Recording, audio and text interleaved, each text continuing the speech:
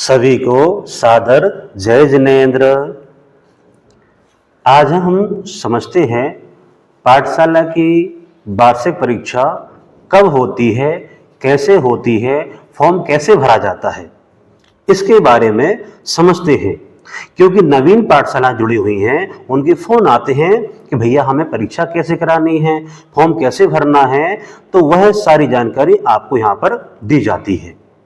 सबसे पहले परीक्षा बोर्ड सांगनेर द्वारा वर्ष में 2 बार परीक्षा होती है। एक होती है जनवरी में 10 से 14 जनवरी, दूसरी होती है जून में 1 से 5 जून।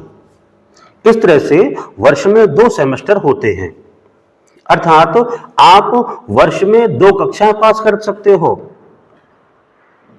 तो आपके लिए कैसे करना है, फॉर्म भरना है, पहले आपको समझाते हैं फॉर्म कैसे भरना है। जैसे यह फॉर्म है, आपको प्राप्त होता है यह फॉर्म, इसमें कुछ बिंदु दिए हैं जिनको आपको भरना अनिवार्य है। जैसे सबसे पहले है पाठशाला का नाम, दूसरा है आपका पता, पिन कोड, मोबाइल नंबर और भाग या ग्रंथ का नाम। भाग जैसे समर्ण संस्कृति बाल संस्कार भाग 1, सिद्धांत प्रवेश का भाग 1।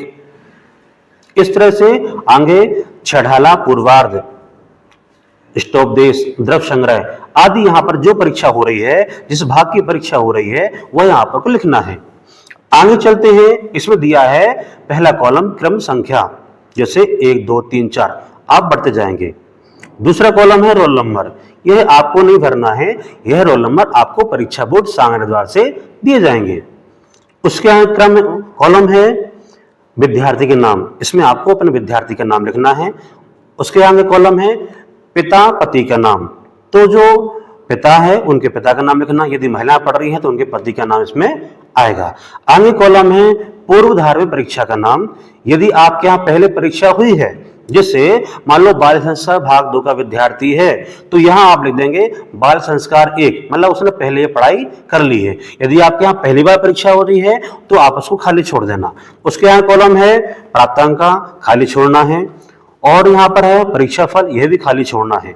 और अधिक जानकारी के लिए नीचे ये बिंदु दिए गए हैं, इसको आप पढ़ करके फॉर्म को पूरा तैयार कर सकते हैं।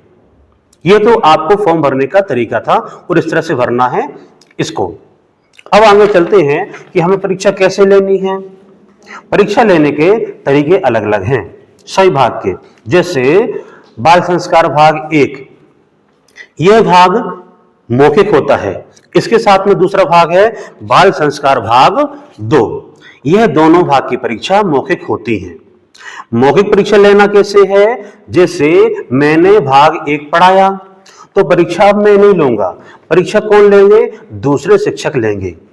इससे क्या होता है, एक पारदर्शिता बनी रहती है।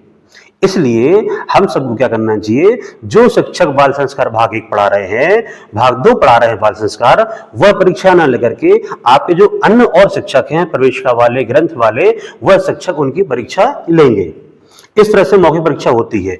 इसी क्रम में आगे होती है सिद्धांत प्रवेश का भाग 1 2 3 की परीक्षा। जैसे एग्जाम्पल के लिए पहला भाग लेते हैं, यह परीक्षा भी 2 भागों में होती है।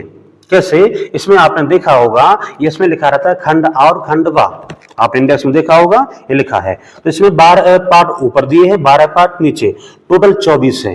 तो आपको जैसे मान लो शनिवार रविवार पाठशाला चलती है आपकी, तो आप जनवरी में खंड आ का पेपर करा लीजिए, प्रारंभ के 12वां पाठ।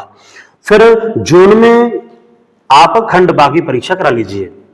यदि आपके यहाँ रोज पाठशाला लगती है प्रतिदिन, तो आप चाहो तो इसको एक साथ परीक्षा करा सकते हो, अर्थात जनवरी में। और फिर विधिवत पाठशाला चलती है तो इसी का भाग दूसरा होता है, उसकी परीक्षा कराइए आप जून में। इस तरह से आप चाहें तो एक साल में 2 परीक्षा पास कर सकते हैं। साथ में एक बात और है कि जिस तरह से प्रवेश का परीक्षा होती है, उसमें जिनेन्द्र पूजा पुस्तक भी है, अर्थात इसका पेपर जो बनता है प्रवेशिका का, साथ में जिनेन्द्र पूजा के प्रश्न उत्तर भी उसमें दिए जाते हैं। अर्थात आपको इस तरह से कोर्स तैयार कराना चाहिए। इससे बच्चों को पूजन संबंधी ज्ञान भी मिलेगा, साथ में ही उनको पूजन क्यों करना चाहिए, कैसे करना चाहिए, क्या महत्व है, प्रत्येक द्रव्य का इसमें बताया गया है। तो इन दोनों का पेपर एक साथ बनता है। अब आइए चलते हैं ग्रंथ परीक्षा की ओर। जैसे छह ढाला, इष्टोपदेश, द्रव्य संग्रह, श्राप का चार, इनकी परीक्षा भी आपको करानी चाहिए होती पाठशाला में। तो इसको भी आप पूर्वार्ध उत्तरार्ध में करा सकते हो। जैसे इसमें छह ढाला है, छह ढाला में तो प्रारंभ की 1 से 3 पूर्वार्ध, 4 से 6 उत्तरार्ध, इस तरह से आप करा सकते हो। एक साथ तैयार नहीं होती हैं तो आप 2 भागों में तैयार करा सकते हो। ऐसे ही मोक्षशास्त्र है, उसमें भी 1 से 5 अध्याय पूर्वार्ध, 6 से 10 अध्याय उत्तरार्ध। श्रापाचार में 1 से 75 श्लोक पूर्वार्ध और 76 से 150 श्लोक उत्तरार्ध, 2 भागों करा सकते हो। द्रव्य संग्रह है, भक्तांबर है, इष्टोपदेश है, यह तो एक बार में तैयार हो जाती है। इस तरह से आपको प्रत्येक ग्रंथ भाग की परीक्षा कराना चाहिए। विशेष बात, आपको वर्ष में एक बार परीक्षा कराना अनिवार्य है।